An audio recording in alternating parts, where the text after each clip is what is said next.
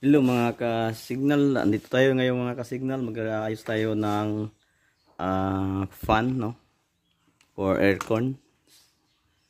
Ito po yun sa ilang blower o baga. So ito po yun, tanggalin muna natin yung plastic dito pag matanggalan natin yung motor. Kasi ang problema po nito ay pag alugin mo, mayroong connection po or under po yung kanyang blower. Pero pag on mo ulit or pag tapos mong i-off, i-on mo ulit, wala po yung blower. So pag dukdukan mo dito o pukpukin dito sa ilalim, gagana yung kanyang motor. So ngayon ang gagawin natin, tanggalin muna natin yung plastic dito. So mas mabuti po kung maglagay tayo ng bakas or marking natin dito para hindi tayo malito pag binalik na natin. So ito kinuha ko na muna. Lilingkwat ko na lang yung mga plastics kasi mayroon pong mga kwan dito. Ito yan. Tapos tanggalin natin yung motor. Okay. Yan. Mayroon pong rubber. Ito po yung motor niya. Sa front po ito na blower. So yan. So mayroon pong kwan dito, yung bolt. Kuha tayo ng number 8 na 10 mm.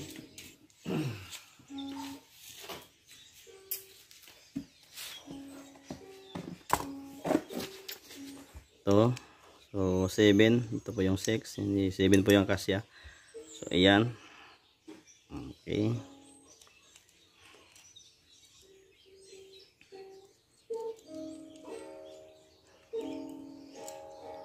Tingnan po natin kung anong dahilan kung bakit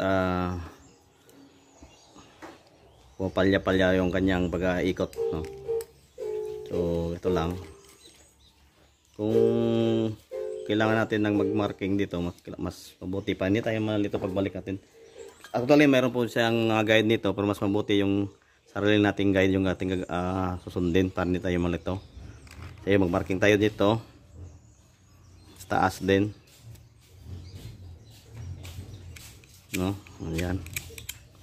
So, pagkatapos ay ating ilabas tong ayan. Okay, ito po yung kanyang cap. So ito po yung sa loob, parang ayan sa loob. Ayan, tanggalin muna natin yung mga bolt dito nakalagay. Tapos ang gawin natin ay ating ilabas to.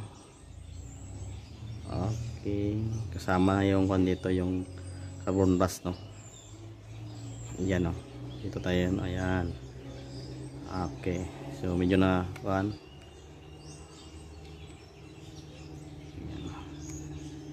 Tingnan natin kung anong dahilan bakit ayaw minsan mawala yung kanyang wash. Okay, so sa ngayon makikita natin mataas pa paano yung brush niya. So mataas pa yung brush, di ba? Ayan, mataas pa yung brush. So ang gagawin natin dito, pag itong sitwasyon, kita natin madumi yung nasa kanyang commutator. Ayan, o. Medyo madumi siya dito, ito. So kailangan natin nilinisin kung anong one yan, para yung daan ng carbon brush ay malinis. So magka-connection po yan. Meron create po siya ng connection, positive at saka negative. Ito po nangyari, parang nagwala-wala yung kwan, umitim yung inain ng armature. So, sa kabila hindi naman, no?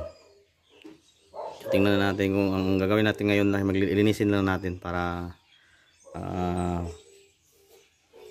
tuloy-tuloy po yung connection ng ating carbon brush. Okay. So inatak yan palabas, medyo matigas. So pag ganito yung sitwasyon, ilabas natin ulit, tapos magliha tayo para mas madali ilabas. Ay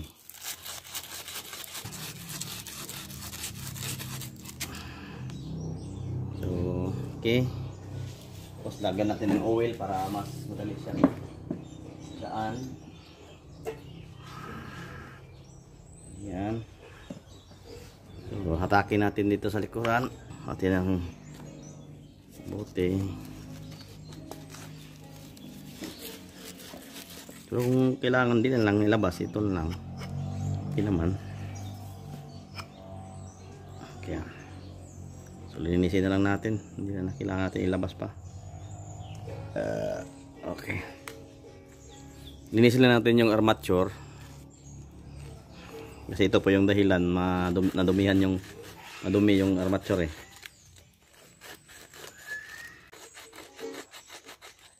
Yan, okay naman.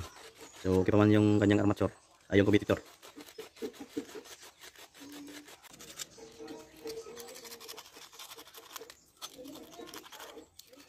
Lihan lang natin to.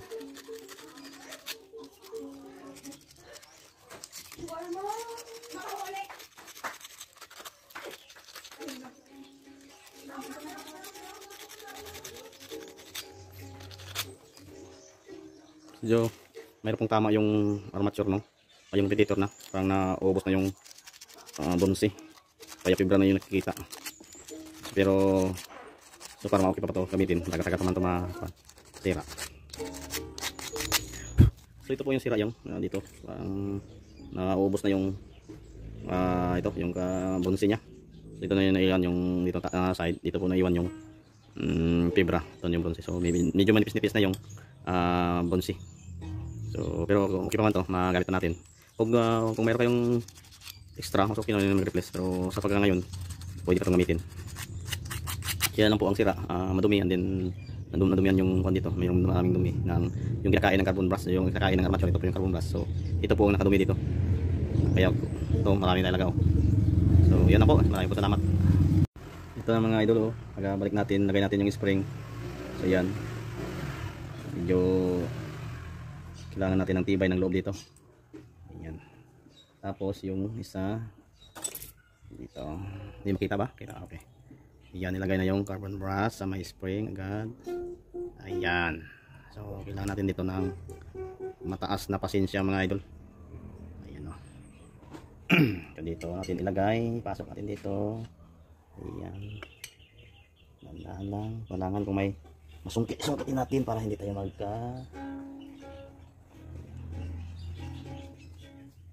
yan. So, balik natin dito sa natin.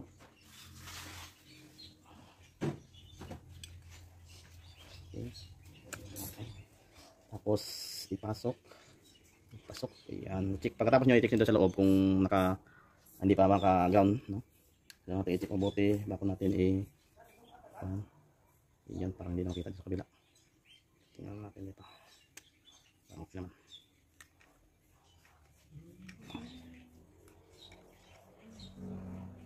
Ayan. So pagkatapos ilagay natin yung washer. Ito na washer, no? Ayan. Tapos para pang yung washer to na parang stopper talaga sa dito. Para hindi yung armature kalog-kalog. So lagyan natin konti ng oil para pang dulas-dulas ng bushing dito. So ibalik natin dito. Bago pa natin ibalik yan, balik muna natin yung dito. Makalimutan natin. Yun, dito. Okay. Ayan. Oh, parang baliktad to. Baliktad yata. Okay, dito sa loob. Yan talagang trabaho mga doon, parang makalimutan ba. Pero huwag kayong mag-alala. Ayan. So dito. Ayan. So hawakan lang. Hawakan ang dalawa, isang kamay, yung isang kamay kukuha ng cup. So dito, mayroon pa tayong marking kanina. So pahanap natin yung marking dito sa kabila. Or dito.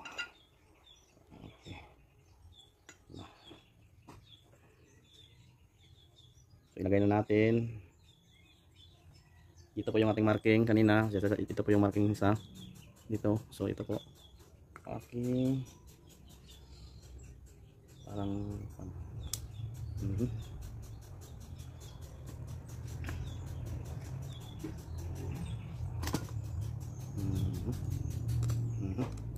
ayan.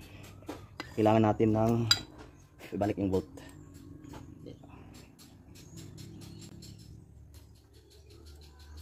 Ayan. So, higpitan na natin.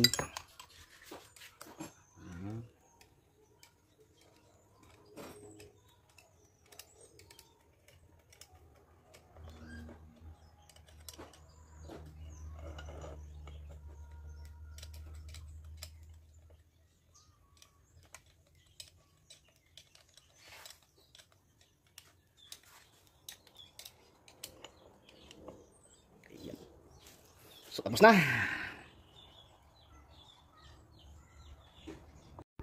Okay mga idol, ibabalik na natin yung ating kinuha. Kinuha natin. So ito. Yan. So dapat ini lahat ha. Okay, balik. So yan, position tayo diyan.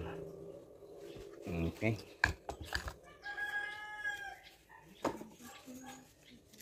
Okay, ito po. Yan ang mga guide. Hindi tayo mahirap-hirapan pagtama dito. Sila mayroong mga guide dito eh.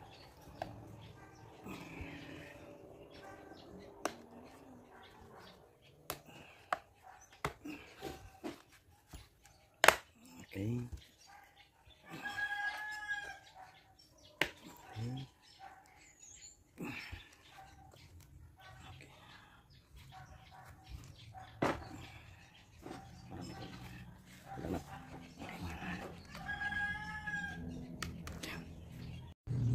Okay, mga idol, ibabalikan natin dito. Yan. So ito na mga idol, balikan natin. So ibalik natin doon sa loob. So diyan po natin kinuha yung pan mga idol sa ilalim, no. So dito subukan natin kung gagana ba yan. Okay. Ayan, umugong. So nice. So 4 po yan. 3, 2, 1. Okay.